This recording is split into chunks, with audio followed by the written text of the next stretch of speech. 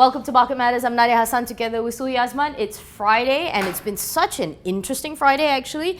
It actually started off as a fairly flattish week for the KLCI, which of course, given how bad the first couple of weeks in January were with China going bonkers and everybody and oil going bonkers, it was more they can hope for. Unless today was such a change because we saw bits and bobs, we saw 2 points here, 2 points there. Wow, it finally closed 33 points, 33% points up or 2% to 1667.8. Massive spate of buying. Definitely. According to brokers I spoke to earlier today, there was a massive spike or massive buy at the last minutes where trading volume was surged at 2.5 billion shares worth 4 billion ringgit. Now, Nadia, speaking of bonkers, I just remembered that it reminds me of Donald Trump, where the UK's MPs were talking, were calling him bonkers. He was calling him bonkers. He basically called him a buffoon and a moron, essentially. But yeah, it was interesting, and I think because as we go into pre-CNY week, brokers did also tell me that people are going to be locking down positions next week ahead of the long weekend. You will probably be a bit quiet. It's usually CNY historically is a little bit quiet as far as we can see, so maybe we expect that.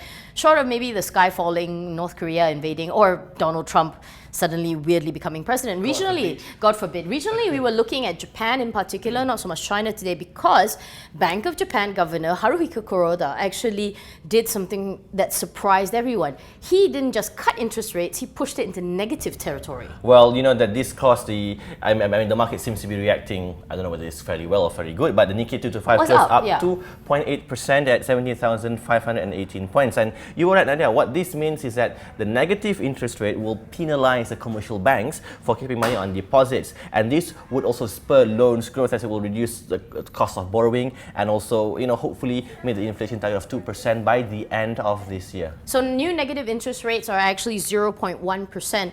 So of course this is not particularly new. It's new probably for Japan. It's not particularly new because Denmark has done it, Switzerland has done it. Of course, Super Mario Draghi actually did do that. He did the first thing by pushing the rates into negative territory to move up Eurozone. So in theory, right, when you push things into negative territory, this is what happens.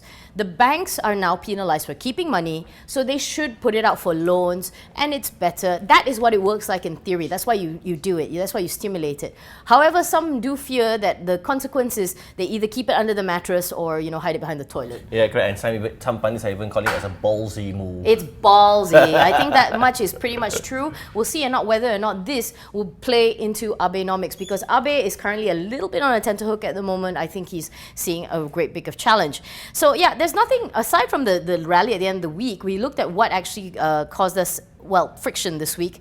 The most interesting thing, of course, was the Tabung Haji fiasco. What happened was that, of course, this letter leaked onto blogs. It wasn't official sites. This letter leaked onto blogs. It was a blog anyway today, but a couple of them were blogs, but I do feel that's like kind of closing your stable door after your horse has already run the Grand National.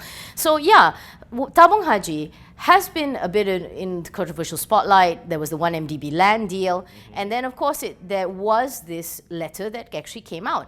It said that the dividend bonus payout ratio, on average, has exceeded its profits. Yeah, what happened was actually on December 23rd, Bank Negara Governor Tan Sri Zeti issued a note to to Tabung Haji chairman as well as minister in charge of Tabung Haji. They're saying that the dividend and bonus payout has exceeded profits, and this has bring the reserve to the red, which means that for every ringgit of liability they have 98 cent in assets. There's a mismatch in between the assets and liability of the Tabung Haji there. So it raised a lot of alarm bells. We were talking about the JP scholarships last week. It was the same thing. It raised a lot of alarm bells because it was signed by Zeti. It made you worry about financial stability because, of course, this fund serves the faithful. It serves the people who had been saving to go for Hajj.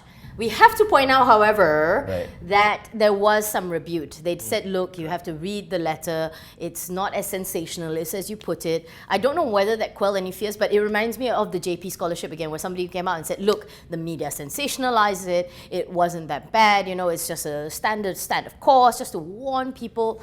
So whether or not it will quell critics, I'm not really that sure. Yeah, I mean, and at the same time, Bank Negara was sending the letter because they want to ensure orderly financial market and also financial stability. And this is one of the objectives, Nadia, because if you look at the Act number, Central Banking Act, their main function is to ensure stability, and the main function of reserve, as you probably pointed out, is for three purposes: prudential management, monetary control, and liquidity management. The only thing that kills all of this, all the speculation, and is better than blocking the sites is transparency. The minute you are as transparent as glass, nobody can drag you to any corner and point a finger at you. I think that's the one message that we have to keep going. But as we go into our last subject for this week, and wow, what a doozy of a subject. We are massively on the fence about this. I think a lot of people are on the fence about this. Budget 2016 recalibration. PM Najib actually did go up and say, look, there's, because of the oil prices the way it is now, we have to recalibrate the budget in certain kind of ways.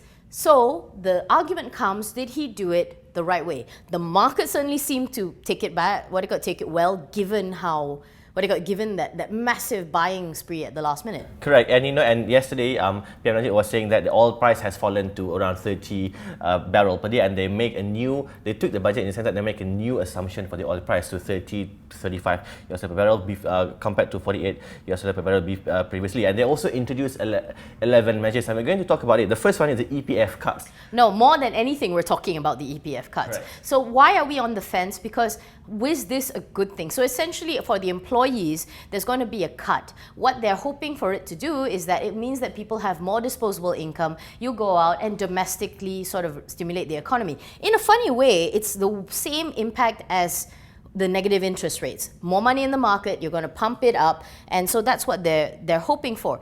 But at the same time, right, Malaysia does have Asia's largest amount of household debt. So is this the right thing when people aren't saving anyway? Well, I mean, it might be a bit too much to say it's Robin Hood, but it clearly isn't. But then the government wants to ensure liquidity in the financial market, including the banking system. So this would generate, according to Najib, 8 billion ringgit of consumer spending, private consumptions and spendings as well. Yeah, but how do you feel? I mean, in terms of, like, of course, personal feelings aside, there is that thing to put on. If you take the extra money and probably invest it wisely, then yes, you'll get what you want. Right. But at the same time, household debt, I will keep hamping that until the cows come home. Household debt is so high. People live hand to mouth. Is this going to be good for them? Yeah, that remains to be seen, because the cut was also 3%. From 11% that you pay to the EPF, now it becomes 8%. Yeah, exactly. And then a couple more, just before we wrap up, we're looking at the telcos as well. The telcos is, oh my goodness, Maxis was one of the top losers today, 7% down, because now apparently you will have to pay above and beyond on the hook for all this spectrum. And so, I don't know, what does it mean? Here's the thing, you pay for the spectrum, fine. Where does the extra cost go to? Yeah. You and me and everybody who's sitting here recording us. Correct, and the extra cost could be as high as starting from 1.9 billion ringgit. I mean, as estimated by CIMB research and also LINCBS research. Yeah, I know. So again, right? Okay, fine. Measures to prompt the economy, fine. That people seem to be happy. Ringgit's also up as well. But where are the OPEX cuts? I think people will still keep asking, shouldn't there also be OPEX cuts? Yeah, correct. And apparently that is something that needs to be done, because as you want to tweak the budget, you want to ensure that there will be less deficit. Leakages and wastages as well. Anyway, so that's all of us. Please, actually, if you have your comments on it, leave it below for the nice people of you who are watching. I'm Nadia Hassan, together with Sulhi, Azman. For more on everything that we've talked about, there's theedgemarkets.com. Tomorrow is Saturday, so of course the new copy of The Edge Weekly will be out. I think they'll talk about more on the budget in depth. Good night, guys. Have a good weekend.